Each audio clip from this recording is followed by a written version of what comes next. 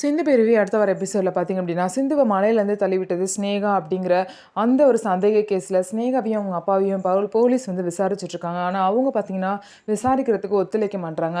நீங்கள் எங்களை விசாரிச்சிங்கன்னா தேவையில்லாத கான்சிக்வன்ஸை ஃபேஸ் பண்ண வேண்டியது இருக்கும். நாங்கள் வந்து எஸ்பி கிட்ட பேசுவோம் அப்படின்னு சொல்லிட்டு ரொம்பவே சீன் போட்டுட்ருப்பாங்க. இதெல்லாம் எதுவுமே கண்டுக்காமல் அவங்க ஃபோனை பிடுங்கி வச்சுட்டு ஒழுங்காக விசாரணைக்கு ஒத்துழைங்க அப்படின்னு சொல்லிட்டு சஞ்சய் வந்து அவங்கள விசாரிச்சுட்ருப்பாங்க. சிந்துவை வந்து சிவா வந்து தள்ளி விடவே இல்லை. ஆனால் சிவா மேலே தான் கேஸ் விழுந்திருக்கு.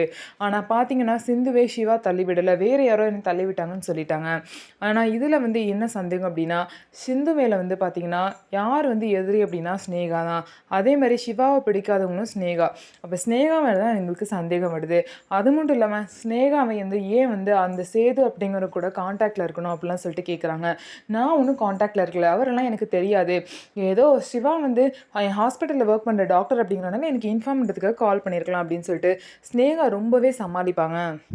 ஆனா பார்த்தீங்க அப்டின்னா, இதெல்லாம் கிடையவே கிடையாதுன்னு சொல்லிட்டு, என்னதான் வந்து சேதுவ வந்து பார்த்தீங்கன்னா, ஸ்னேகா வந்து ஆள் வச்சு கடத்துனாலும், எப்படியோ சிசிடிவி கேமராவ கரெக்ட்டா கண்டுபிடிச்சு பார்த்தீங்க அப்டின்னா, ஆறுமுகமும், சிவாவும் கொண்டு வந்துருவாங்க. அதுல வந்து கிளியரா ஸ்னேகா வந்து சிந்துவ மலையிலேருந்து கீழ தள்ளி விடுறது, அதுல ரெக்கார்ட் இருக்கும். இதனால ஸ்னேகா பார்த்தீங்க அப்டின்னா, வசமா மாட்டிக்கிட்டு ஜெயிலுக்கு போறாங்க. ஸோ இதுக்கப்புறம் என்ன நடக்க போகுது? ஸ்னேகாக்கு கரெக்ட்டா கிடைக்க வேண்டிய தண்டனை கிடைக்குமா? அப்டின்னு சொல்லிட்டு நம்ம வெயிட் பண்ணி பார்க்கலாம். நம்ம வீடியோ உங்களுக்கு பிடிச்சிருந்தா, நம்ம வீடியோவ லைக் பண்ணிக்கோங்க. மறக்காம நம்மளோட சேனலை சப்ஸ்கிரைப் பண்ணிட்டு பாருங்க.